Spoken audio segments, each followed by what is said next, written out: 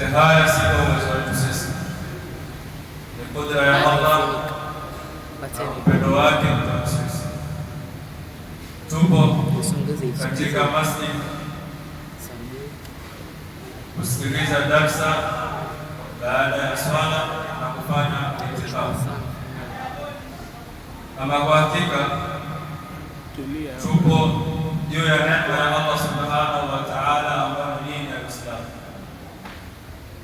Hatuna budi kupeleka shukrani za Mwenyezi Mungu kutuwezesha mimi na wewe hali ya kuwa tumezawa katika dini ya Uislamu.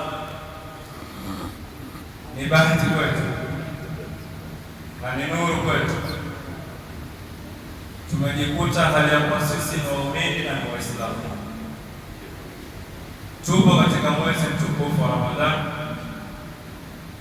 na mwezi ambao hivi karibuni unatuaga ndani ya siku mbili au siku moja.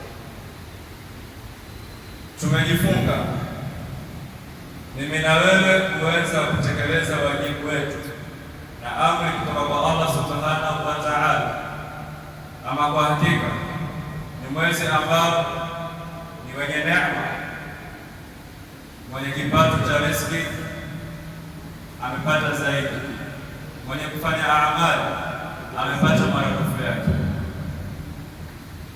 Swali linakuja, na ndo swali ambalo ndio mada ambayo nimeiandaa kwa wakati kama huu. Inshallah, kwa uwezo wa Mwenyezi Mungu na kuomba taufiki aniwezeshe niweze kulitekeleza zoezi hili. Swali ambalo tunafaa mimi na wewe kuulizana au tujiulize ndani ya nafsi zetu kwamba Ramadhani inaisha. Toka Ramadhani ilipoanza tulikuwa na nishati, tunaokaribisha mwezi mtukufu wa Ramadhani kwa shangwe kubwa, neema kwa Allah subhanahu wa ta'ala ametuletea. Lakini sasa Ramadhani inaondoka na hatujui ni nani baina mimi na wewe mwakani kama tutakuwepo. Ramadhani inabaki pale pale, kila mwaka huzunguka.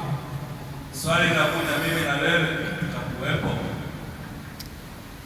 Mada yangu ya leo insha Allah itakuwa ni kuhusu kitu gani tufanye baada ya Ramadhani.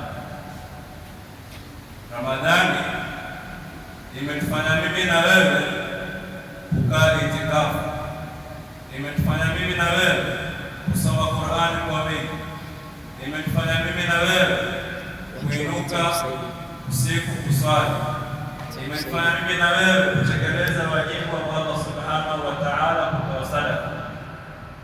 Je, Ramadhani inakuisha hizi amali ambazo tunazifanya ndani ya mwezi mtukufu wa Ramadhani tutazifanya, au Ramadhani inapoisha mimi na wewe ndio kwanza tutaacha tukaepuza amali ambazo tulikuwa tunayafanya ndani ya mwezi mtukufu wa Ramadhani, au tujiulize swali, turudi katika yale maasi ambayo Mwenyezi Mungu subhanahu wa ta'ala ametukataza. Mathalan, kuna wale ambao walikuwa katika mwezi mtukufu wa Ramadhani wanakaa itikafu, ima baada ya swala ya asiri au baada ya swala ya dhuhur au kipindi chochote kile, kwa kusoma Qur'an na kufanya tasbih na dhikr, kumwomba Allah subhanahu wa ta'ala. Ramadhani inapoisha, mja kama huyu, je, atakaa itikafu? Je, atasoma Qur'an? Au mwezi mtukufu wa Ramadhani ndio mwezi ambao umefanya mimi na wewe kujifunga tukae ndani ya msikiti au tukae juu ya msala kuweza kutekeleza amali? Mimi na wewe tujiwezeshe kujipinga baada ya mwezi mtukufu wa Ramadhani kuisha, amali ambazo kwa tumezifanya tuendelee kuzifanya na tukithirishe kwa wingi. kama ulikuwa unasoma Qur'ani ima juzu moja au juzu mbili au kuna wengine wanahitimisha, baada ya Ramadhani tuendelee kusoma Qur'ani. Kama tulikuwa tunamwabudu Allah subhanahu wa ta'ala kwa wingi, Mola abaki pale pale, wama khalaqtul jinna wal insa illa liya'budun. Ama kwa hakika Mwenyezi Mungu hajatuumba sisi, lengo ni yeye kumwabudu peke yake. Isiwe vikwazo kwetu kwa kuwa mwezi unaisha na sisi tunaondoka, hatuonekani ndani ya msikiti. Madarasa zinakuwepo katika mwezi mtukufu wa Ramadhani na zitaendelea kuwepo baada ya mwezi mtukufu wa Ramadhani. Swali linakuja, je, sisi waumini tutahudhuria ndani ya darasa? Tufanye hima ndani ya nafsi zetu kuweza kutekeleza yale ambayo sisi ni wajibu kuyatekeleza na kupata daraja kwa Allah subhanahu wa ta'ala. Amali ambazo tulikuwa tunayafanya ndani ya mwezi mtukufu wa Ramadhani, ima ulikuwa unatoa sadaka, haijalishi ni senti ngapi, haijalishi unachokitoa ni kitu gani, lakini ulikuwa unayatenda kupata radhi za Allah subhanahu wa ta'ala na msamaha kutoka kwake peke yake. Kwa hiyo tukithirisha sadaka baada ya mwezi mtukufu wa Ramadhani, tusiwe kama wale Mayahudi katika sherehe, maana Idi na kuja na ndio Idi ambayo Mtume sallallahu alaihi wasallam alituhusia mimi na wewe na masahaba, tuambia Idi inakuja tuweze kuisherekea kwa hali na mali, lakini tusivuke mipaka ya Allah subhanahu wa ta'ala. Idi ni yetu, ni wajibu wetu sisi kuisherekea, na katika adabu ya Idi au sunna ni kuvaa mavazi mazuri, kupaka manukato na kuwasalimia ahli zako au kuwaalika wageni ndani ya nyumba yako, ima familia au ndugu au rafiki. Lakini tujue ya kwamba tunasherehekea sikukuu, lakini mipaka ya Allah subhanahu wa ta'ala ipo pale pale. Tusisherehekee mpaka itudhihirikie kwetu sisi kumaasi Allah subhanahu wa ta'ala.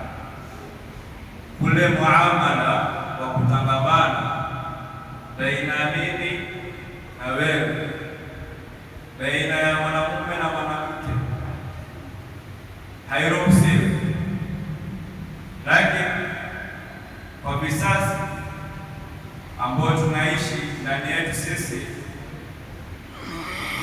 wenyewe, wanasema generation, msongamano imekuwa wazi.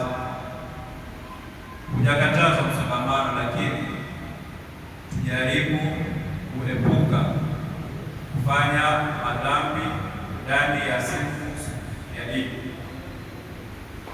Ikhwatal iman, Mwenyezi Mungu si wa Ramadhani peke yake.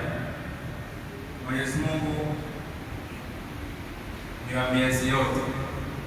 Tusiwe tunamwabudu Allah kwa kuwa ni mwezi mtukufu wa Ramadhani. Baada ya mwezi mtukufu wa Ramadhani, Mola yupo pale pale, wa idha sa'altumuni anni fa inni qaribun ujibu da'wata da'i idha da'an falyastajibu li wa liyu'minu la'allahum yarshudun.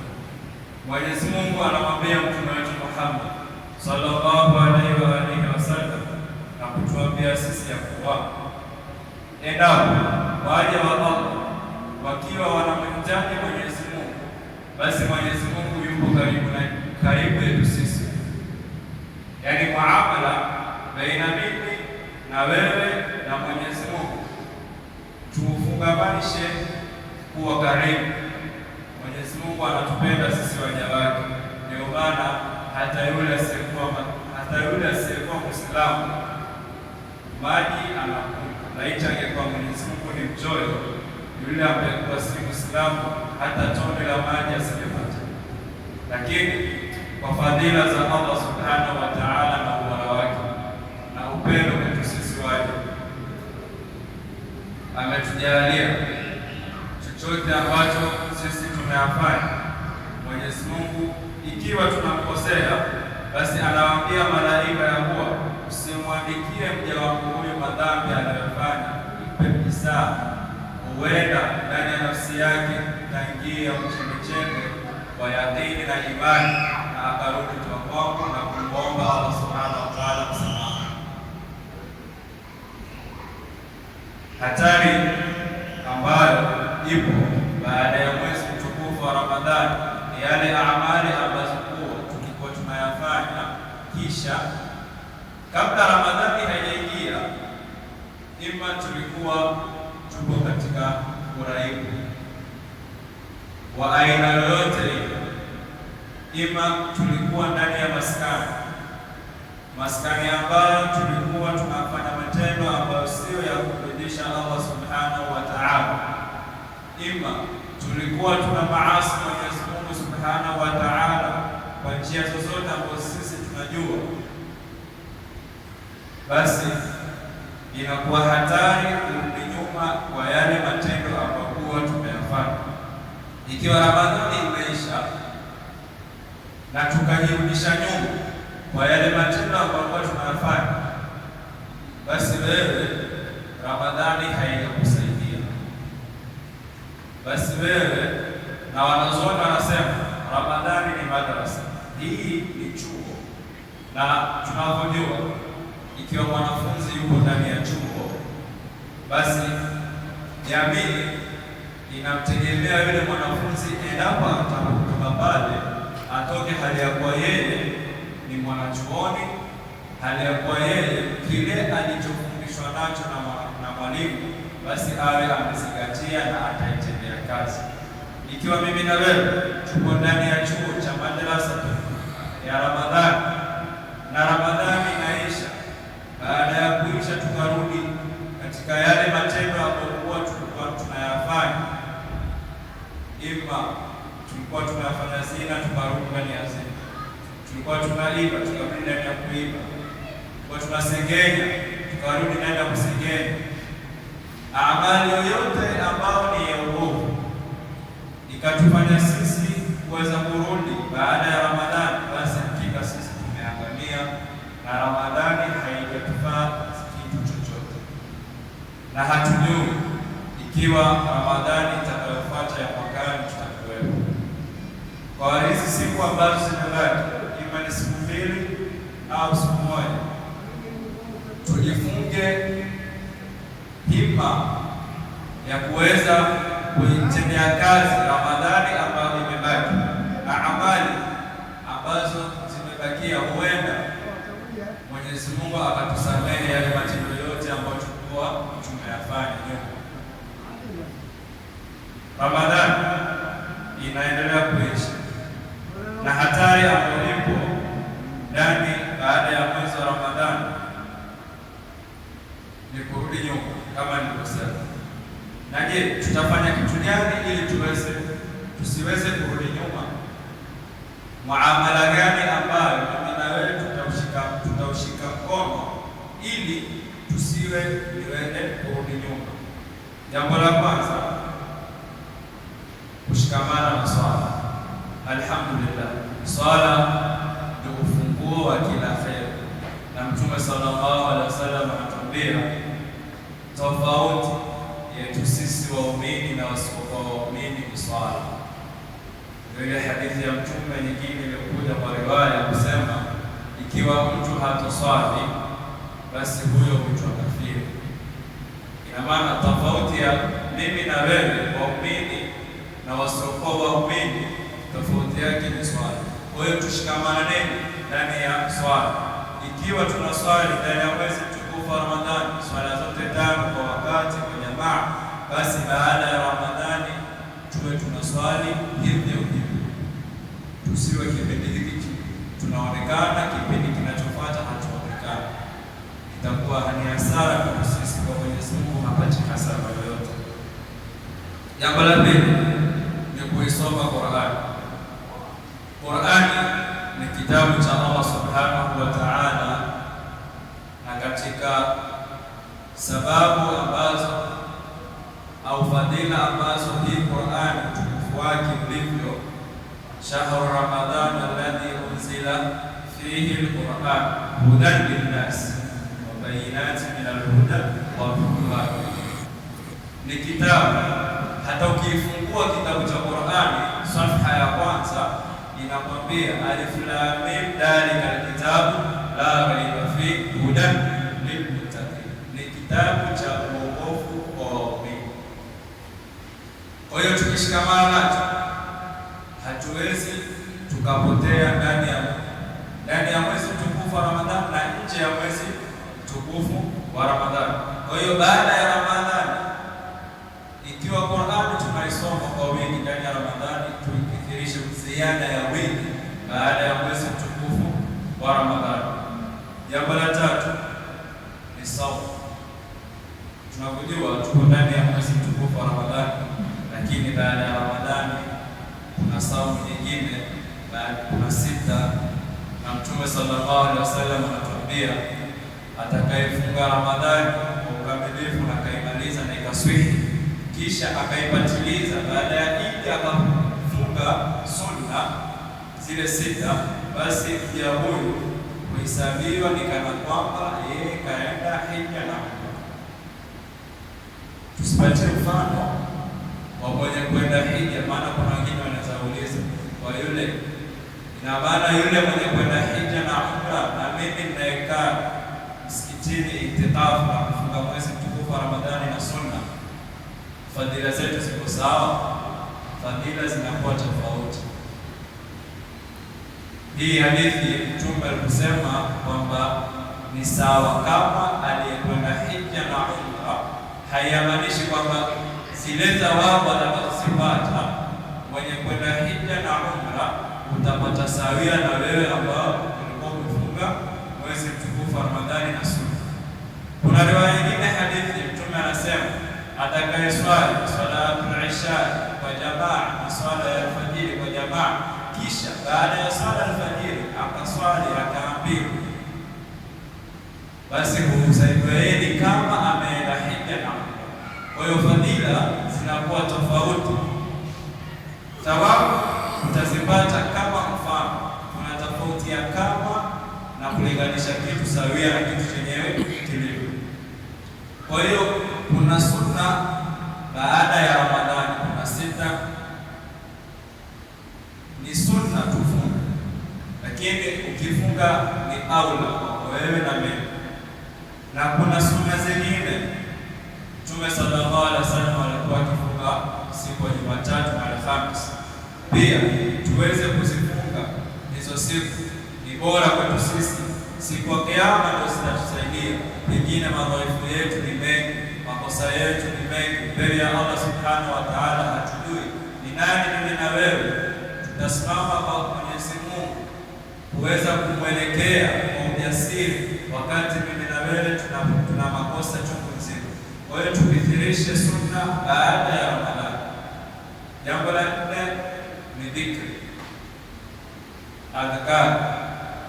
Ukiwa ndani ya mwezi mtukufu wa Ramadhani ulikuwa unatenga muda baina ya wewe na Mwenyezi Mungu, ukakaa faragha, ukasema wakati huu wa alasiri au wakati huu wa adhuhuri au wa magharibi, kipindi chochote kile, mimi najifunga kuweza kufanya dhikri, kumtaja Mwenyezi Mungu Subhanahu wa Ta'ala, ukaleta istighfar.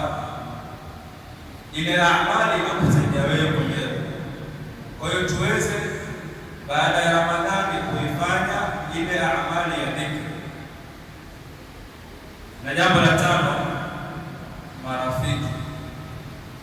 Alhamdulillah, wingi wetu Mwenyezi Mungu ametupatia bahati ya kuwa ndani ya mwezi mtukufu wa Ramadhani tunaamiliana na marafiki ambao ni waheri, ni wenye kupenda dini.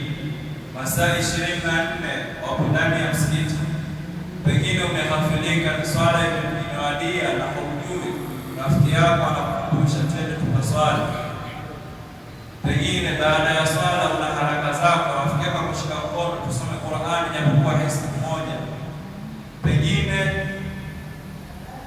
yako alikuwa ni sahiba yako wa karibu, mwingine alipotea kabla ya Ramadhani, lakini huenda wewe ukawa sababu ya kumshika mkono na kuingiza katika msikiti. Kwa hiyo tuchague rafiki wa kweli ni nani na rafiki ambaye si wa kweli ni nani. Tunaamiliana na watu tofauti tofauti. Kuna wengine ni maadui zetu, wengine tunaishi ndani za nyumba zetu, kuna wengine tunaamiliana katika biashara, lakini kwa kuwa mwezi mtukufu wa Ramadhani Mwenyezi Mungu amewatilia ilhamu ndani ya vifua vyao kwa kuwa watu wema. Kwa hiyo tuwe katika msimamo ambao tutakaoweza kukabiliana na marafiki ambao ni wabeba. Ujumbe wa mwisho baada ya mwezi mtukufu wa Ramadhani, tuwe mimi na wewe kuhusia nafsi yangu na kuhusia nafsi yako, tuijalie hii Ramadhani, tumwombe Mwenyezi Mungu mwakani tupate hali ya kuwa tuna siha na afya, na ikiwa kuna madhaifu ambayo tumeyafanya ndani ya mwezi mtukufu huu wa Ramadhani, Mwenyezi Mungu atusamehe madhaifu yetu, kwa sababu sisi wote ni makosaji. Hakuna ambaye si mkosaji isipokuwa Mtume wa Mwenyezi Mungu Subhanahu wa Ta'ala. Na Mtume sallallahu alaihi wasallam na Aisha anasema katika hadithi yake, nilikuwa nikimkuta Mtume akiswali kwa wingi mpaka nikamwambia, ewe Mtume wa Allah, hakika yako wewe umesamehewa madhambi yako yaliyotangulia na yaliyopita, mbona unajikalifisha nafsi yako kuweza kufanya ibada kwa wingi? Mtume akamjibu na Aisha akamwambia, ewe Aisha, hivi nisiwe mja mwenye kumshukuru Allah Subhanahu wa Ta'ala kwa neema aliyonipa? Kaifa, huyu ni Mtume anasema maneno haya na wakati ameshasamehewa. Je, mimi na wewe hatujui hii Ramadhani tumekubaliwa amali zetu, au tumekuwa katika kundi ambao tumepata hasara? Mungu asitujalie katika wale ambao wamefunga kisha siku ya Kiyama zile amali zetu tukarushiwa kwenye uso zetu. Mwenyezi Mungu atujalie mimi na wewe amali ambazo tumeyafanya, chochote kile ambacho ni kichache, ima ni sadaka umetoa au ni kheri ya kumsaidia ndugu yako Muislamu kwa ushauri au kwa jambo lolote lile, basi Mwenyezi Mungu atukubalie amali zetu na atujalie min alladhina yastami'una alqawla wa yattabi'una ahsana. Nasaha yangu ya mwisho kwa ikhwata al-iman, na wahusia hususan vijana ambao tupo katika rika moja age, tusije tukawaangalia wazee yale ambayo wanayafanya tukaiga. Mtume anatuambia tuige yale ambayo ni mema kwetu sisi na tuwe kando na yale ambayo ni maovu kwetu sisi. Kwa nini niseme vijana? Sisi vijana kesho na kesho kutwa ndio tutakuwa viongozi wa umma. Sisi ni kioo cha jamii. Wazee maisha yao ya nyuma yalishapita. Ulikuwa kijana kisha ukaja, kwanza ulikuwa mtoto ukawa kijana, kisha ukawa baba, kisha ukawa mzee, na inaenda mpaka kwa inna lillahi wa inna ilaihi raji'un. Kwa hiyo wale wote ambao ni vijana, hii nasaha ni yenu, shikamane nayo, tuwe mimi na wewe kulitekeleza wajibu wetu kumsujudia Allah Subhanahu wa Ta'ala, kuweza kufungamana na ibada ya Allah Subhanahu wa Ta'ala. Tunaelewa hali zetu, wingi wetu tumeingia katika masuala ya biashara, tunaelewa ni utafutaji wa riziki, hujakatazwa kufanya riziki ya utafutaji. Kile ambacho Mwenyezi Mungu amekuandikia ndio hicho hicho, hakipungui wala hakiongezeki. Kwa hiyo kwenye rika kama mimi na wasiokuwa rika kama mimi, wadogo zangu na hata wakubwa wangu kijumla, tushikamane na Allah subhanahu wa ta'ala, ndio ufunguo wetu sisi. Laiti tukakaa chini tukajiuliza ni neema ngapi Mwenyezi Mungu ametupatia, basi hatuwezi tukahesabu neema zake. Wa in ta'uddu ni'matallahi la tuhsuha. Kwa hiyo inshallah vijana tushikamane na njia ya Allah subhanahu wa ta'ala, na hata wababa wetu na wazazi wetu ambao tuko chini ya himaya yenu, nachokiomba kutoka kwenu, Ramadhani inaisha, ni ibada ambazo tulikuwa tunafanya kinyume tuwe tunatekeleza pale pale, na pia mtuweke chini tunasifu. Sisi ni watoto wenu, tunapotea kila kukicha, na generation inapokwenda maasi yanakuwa mengi. Wakati wenu na imani ya kuwa riziki ilikuwa ni nyingi, amali zilikuwa ni nyingi, lakini sasa hivi tuangalie maanasa shadidi, watu wengi wako katika pilika za anasa za dunia. Hatujui ni nani aliyeokoka, hatujui ni nani aliyepotea. Tumwombe Allah subhanahu wa ta'ala, kwa wale ambao wameokoka Mwenyezi Mungu azidi kuongoza, kwa wale ambao hawajaokoka Mwenyezi Mungu awape hidayah, awapigie makofi ndani ya vifua vyao. Mwenyezi Mungu awape hidayah, na kila mmoja wetu sisi ampe yale ambayo anayataka ndani ya nafsi yake. Kuna wengine ni wazazi wanatamani watoto, Mwenyezi Mungu hawajaruzukia, Mwenyezi Mungu hawajaleta ufiki wa watoto wa kheri.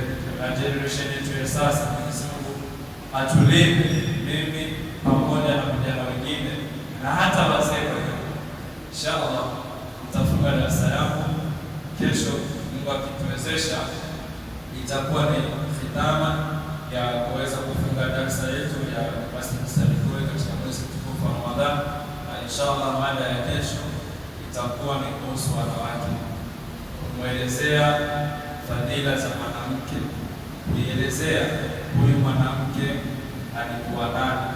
Kwa hiyo inshallah tuhudhurie kwa wingi ili kuweza kupata ibra na kupata faida